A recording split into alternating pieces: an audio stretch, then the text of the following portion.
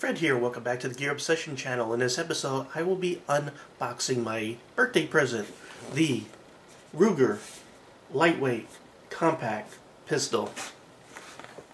There are about 1,000 different unboxings of the Ruger LCP on YouTube, so this is not going to be similar to those. I'm going to start out by talking about the history while I unbox this. In 1991, Kel-Tec was founded. In 1995, they began producing firearms.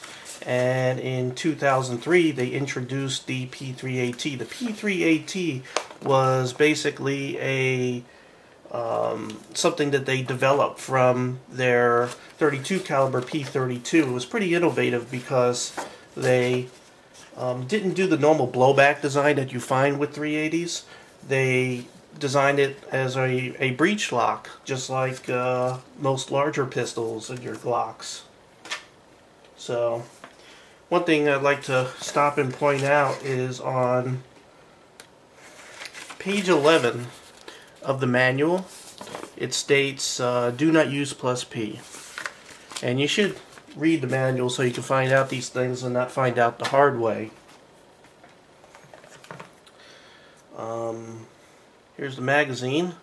It is a 6-round magazine according to the witness holes there. It's made in Italy and there's no seams. It's very well made. The follower comes all the way down so it doesn't tilt. I'm willing to bet this is a Mekar. Very nice magazine. Has a magazine extension. In a future video I might show how to put that on. So anyway, in 2008 Ruger introduced their P3AT clone and they called it the LCP, standing for lightweight compact pistol. It is an ultra compact pistol, or also known as a mouse gun. Now, it comes with a nice case. Soft case, doesn't come with a hard case. And it's made in Thailand. Check this out. I like it when I buy something and it says that, because that just doesn't happen enough. So, shortly after Ruger introduced the Ruger LCP, they had a recall. And the recall was because if dropped, it could possibly discharge. But you got to give Ruger credit. They recalled everything. They stand behind their products. I've dealt with Ruger support 2 times, and they did everything they can to make things right. So they're a stand-up company. They will take care of their problems, and they're not going to try to hide their problems like some of the manufacturers have done, where they take a long time to admit they got an issue. So they also had a problem where some of the models with a serial number less than 1,000 had some ejection problems, and again, they'll fix the problem. So let's take a look at the little crappy pistol. Now I call it that because it had a reputation at that point of being a pretty crummy pistol. So some people said LCP stands for little crappy pistol. But I'm here to tell you it is an outstanding pistol. So now that I have it unwrapped, the first thing you really need to do, because it really is loaded with oil, is to wipe it down. But before you handle it, you should check to make sure it's safe. So we'll go ahead and pull the slide back, and I'm going to push the manual slide stop there up and check it. And we are indeed empty. To release the slide, this is not a slide release, by the way. This is a slide stop. To release it, you just pull back on the slide and let it go. I'm going to go ahead and wipe off the excess oil. It's going to come pretty oily. And this will give us an opportunity to take a close look at it. Now I'm going to cover the serial number because I'm the paranoid kind of type. And there's this view. I'm going to turn it over. I'm going to block the serial number, let you take a look at this. And then I'm going to let you look at the sight picture. The sights are very minimal. I would have liked if the sights were just a teeny bit higher. I understand, you know, this is for deep concealment. You don't want them snagging on anything, but I don't think it would have hurt to be a micro, milli, whatever, tiny meter bit bigger. I think some of the other guns, such as the new Taurus TCP, they do have slightly taller sights, but not by much. So there we go. Now next thing I want to do is to show you how to field strip the Ruger LCP.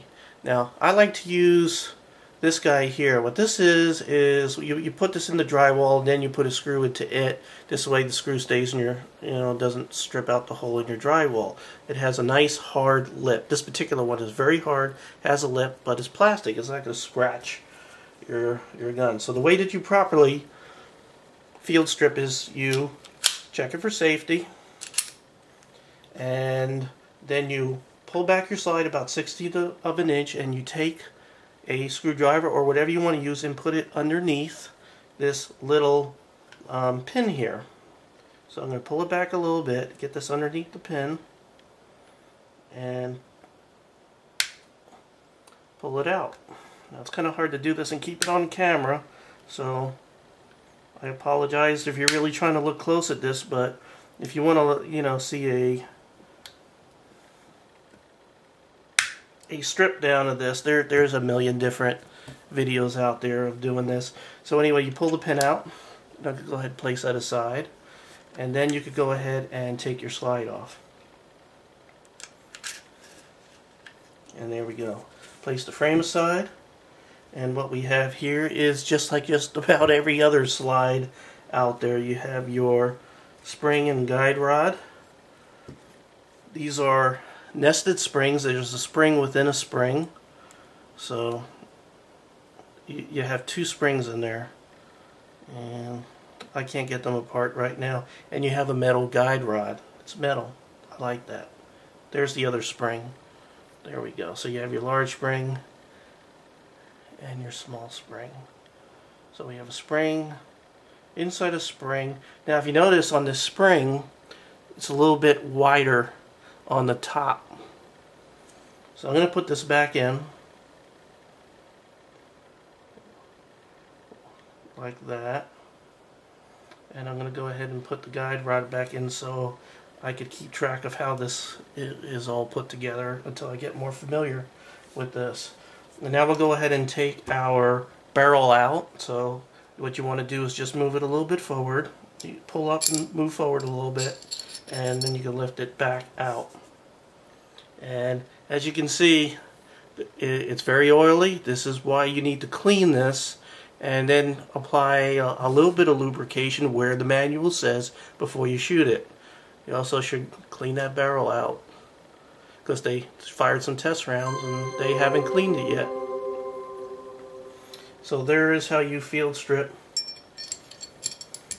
your Ruger LCP. To put this back together, you just do everything the opposite. Whew. There's a little notch on the barrel lug. Just make sure that's in there, and we'll put it together. Now I want to go over real quick some other things. It's 8 ounces, 6 rounds in the magazine, 1 in the chamber. It's double action, and of course it's 380 ACP. Now I'm going to have to go to part 2 because I'm already at 8 minutes or 9 minutes. So there's going to be a part 2 to this. So until then, thank you very much for coming back to my channel. It's going to take a while to get the name of this thing down, the Gear Obsession channel. And I'll see you at part 2. Thank you.